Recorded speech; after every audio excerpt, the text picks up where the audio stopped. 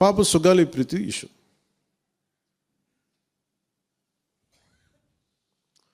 పండ్లున్న చెట్టుగా రాళ్ళు పడతాయంటారు.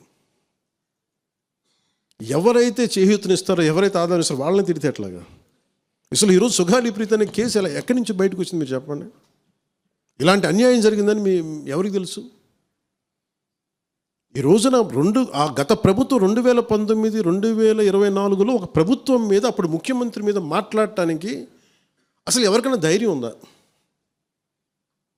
ఒక ముఖ్యమంత్రిని ఒక మాజీ ముఖ్యమంత్రిని ఆ టైంలో అరెస్ట్ చేస్తే రావడానికి ఎవరు లేరు రోడ్ల మీద. అలాంటి పరిస్థితుల్లో ఓడిపోయి 2 చోట్ల ఓడిపోయి ఉన్న ఒక ఎమ్మెల్యే వాళ్ళ పార్టీకి వెళ్ళిపోతే ఏ మానసిక స్థైర్యం, ఏ ధైర్యం, ఏది ఉంటుంది చెప్పండి ఎవరికైనా? మరి అలాంటి సమయంలో నేను ఒక తల్లి పడ్డ వేదన తీసుకున్నా. నాకే సరదానా 2 లక్షల మంది జనం మధ్యలో నడుచుకుంటూ వెళ్ళి ఆ సమస్యను హైలైట్ చేసి వాళ్ళు సిబిఐకి ఇచ్చారు. సిబిఐకి ఇస్తే మన ఇంటర్నల్ పేపర్ వర్క్ మనకి ఎలా తెలుస్తుంది? ఇంటర్నల్ పేపర్ వర్క్ వాళ్ళు ఇస్తే వాళ్ళు ఏంటంటే జీవో రిలీజ్ చేశారు. మా దగ్గర నుంచి వెళ్ళింది కానీ ఎక్కడికి వెళ్ళాలో అక్కడి నుంచి ప్రొసీడ్ చేయాలి, అక్కడ ఆపేశారు. హోంశాఖ నుంచి వెళ్ళింది సెక్రటేరియట్లో ఎక్కడో నెక్స్ట్ ఫైల్ ఢిల్లీకి వెళ్ళాల్సింది అక్కడ ఆపేశారు. మేము హోంమంత్రికి సిబిఐకి పంపించేసాం అంటే లెటర్ చేశారు, లాక్ చేసి లాకర్లో పెట్టారు. ఇది జరిగింది. ఈ ప్రాసెస్లో ఏం చేశారు, వాళ్ళకి ఈ కేసు కొంచెం సెన్సిటివ్ కేసు కాబట్టి మీకు చెప్తాను. సుగాలి ప్రీతి నేను ఎందుకు కొంచెం సున్నితంగా మాట్లాడాలి ఈ విషయం ఏదంటే, మీకు ఒక అన్యాయం జరిగినప్పుడు, ఎవరికైనా ఒక అన్యాయం జరిగినప్పుడు మనం ఏం చేస్తామంటే, నాకు ఆ వ్యక్తికి శిక్ష పడాలి, ఇంకింతే ఉండాలి. వాళ్ళు ఏం చెప్తున్నారంటే, ఎవరైతే ఈ వెనకున్నారో, మరి గవర్నమెంట్ ద్వారా వచ్చారు, గత ప్రభుత్వం ఎలా వచ్చారో, వాళ్ళు ఏం చేశారంటే, మనం పెట్టిన ఒత్తిడి ఆ రోజు 2 లక్షల మంది మనం జనంతో తీసుకెళ్ళి అది నేషన్ వైడ్ ఇష్యూ అయ్యేటప్పటికి వాళ్ళు చేసింది ఏంటంటే, మనం చేసిన పోరాటం వల్లే ఎస్సీ ఎస్టీ అట్రాసిటీ కేసు బాధితులకు చట్ట ప్రకారం ఇచ్చే ప్రయోజనాలు, పరిహారాలు వారి కుటుంబానికి దక్కాయి. కర్నూలు రూరల్ మండలం దిన్నెదేవరపాడులో 5 ఎకరాల వ్యవసాయ భూమిని కేటాయింపబడింది. ఆ గ్రామం కర్నూలు నగరానికి 9 కిలోమీటర్ల దూరంలో ఉంది. ఈ రోజున మార్కెట్ వాల్యూ కనీసం ఎకరాకి వాళ్ళు చెప్పడం మీరు క్రాస్ చెక్ చేసుకుని 2 కోట్ల వరకు ఉంటుందని చెప్తా ఉన్నారు. వీరి కుటుంబానికి కర్నూలు కార్పొరేషన్లో కల్లూరు వద్ద 5 సెంట్ల ఇంటి స్థలాన్ని కేటాయింపు చేసిన ప్రభుత్వం.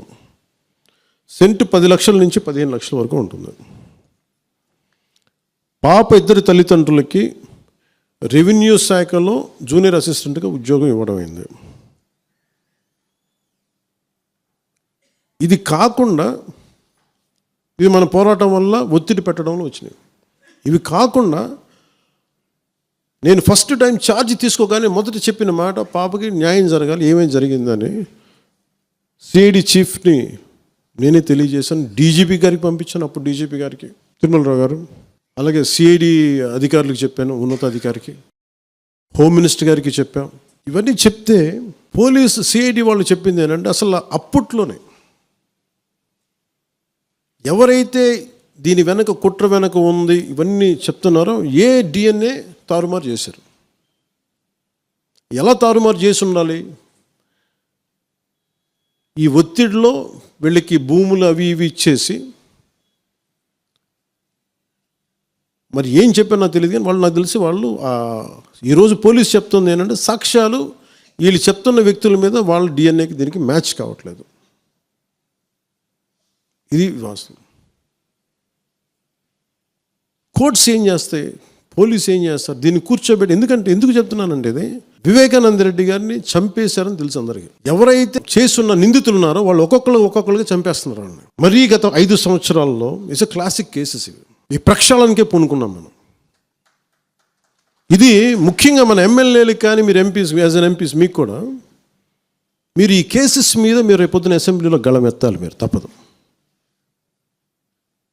ముఖ్యంగా లా అండ్ ఆర్డర్, వీళ్ళు అందరూ తప్పించుకుంటూ వెళ్ళిపోతే ఇట్లా ఒక సోషల్ అన్రెస్ట్ వస్తుంది దీనివల్ల. అంటే వ్యక్తికి ఒక నేరస్తుడు చేసిన, ఒక కులానికి చెందుతాడు ఏదో ఒక నేరస్తుడు, మనం ఏం చేయలేము దానికి.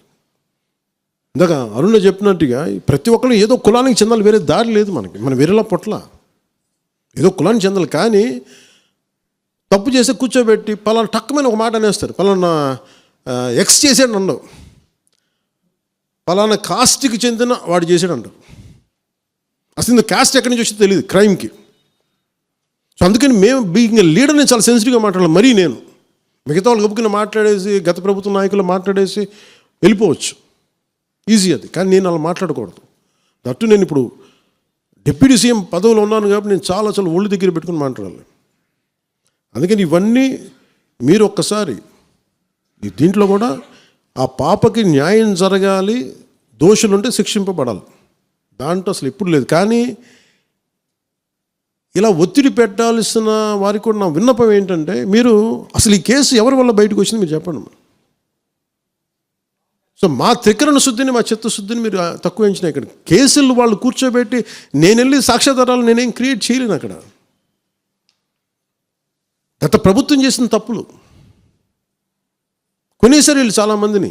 మరి ఏం కొన్నారు, ఎలా కొన్నారు, దీని మీద కేసు పెట్టాలి. ది లెట్ ఎంటైర్, ఇది నా ఒక్కడి కేసు కాదు, ఇది ఎంటైర్ సొసైటీకి ఇది సిచ్యువేషన్. మీరందరూ కూర్చొని ఒకసారి మన ఎమ్మెల్యేస్ అందరూ కూడా, మన నాయకులందరూ కూర్చోబెట్టి you try to take it to home minister గారు, including law and order CM గారి దృష్టిలో చేతిలో ఉంటుంది. కాబట్టి మీరు ఇంతకుమించి దీని మీద మాట్లాడకూడదు. ఎందుకంటే నేను శిక్ష పడాలని కోరుకుంటాను. ఇంతకుమించి కాకపోతే ఏమైపోతుంది, నా మీద నన్ను లాగడం చాలా తేలిక అందరికీ. ఎందుకంటే నేను మెత్తని మనిషిని కదా, నా మీద రాళ్ళు వేసేయండి ఈజీ, నా చొక్కా పట్టుకోవడం ఈజీ. అదే గత ప్రభుత్వం ముఖ్యమంత్రిని పట్టుకోమని చెప్పండి, ధైర్యం కూడా చేయరు, ఇప్పటికీ ధైర్యం చేయరు. ఎందుకంటే వాళ్ళ మనుషులు ఇళ్లలోకి వచ్చి కొడతారు, క్రిమినల్స్ వచ్చి ఇళ్లలోకి వచ్చి కొడతారు, చంపేస్తారని భయం. మనం ప్రజాస్వామ్యం కదా, మనం భరించాలి.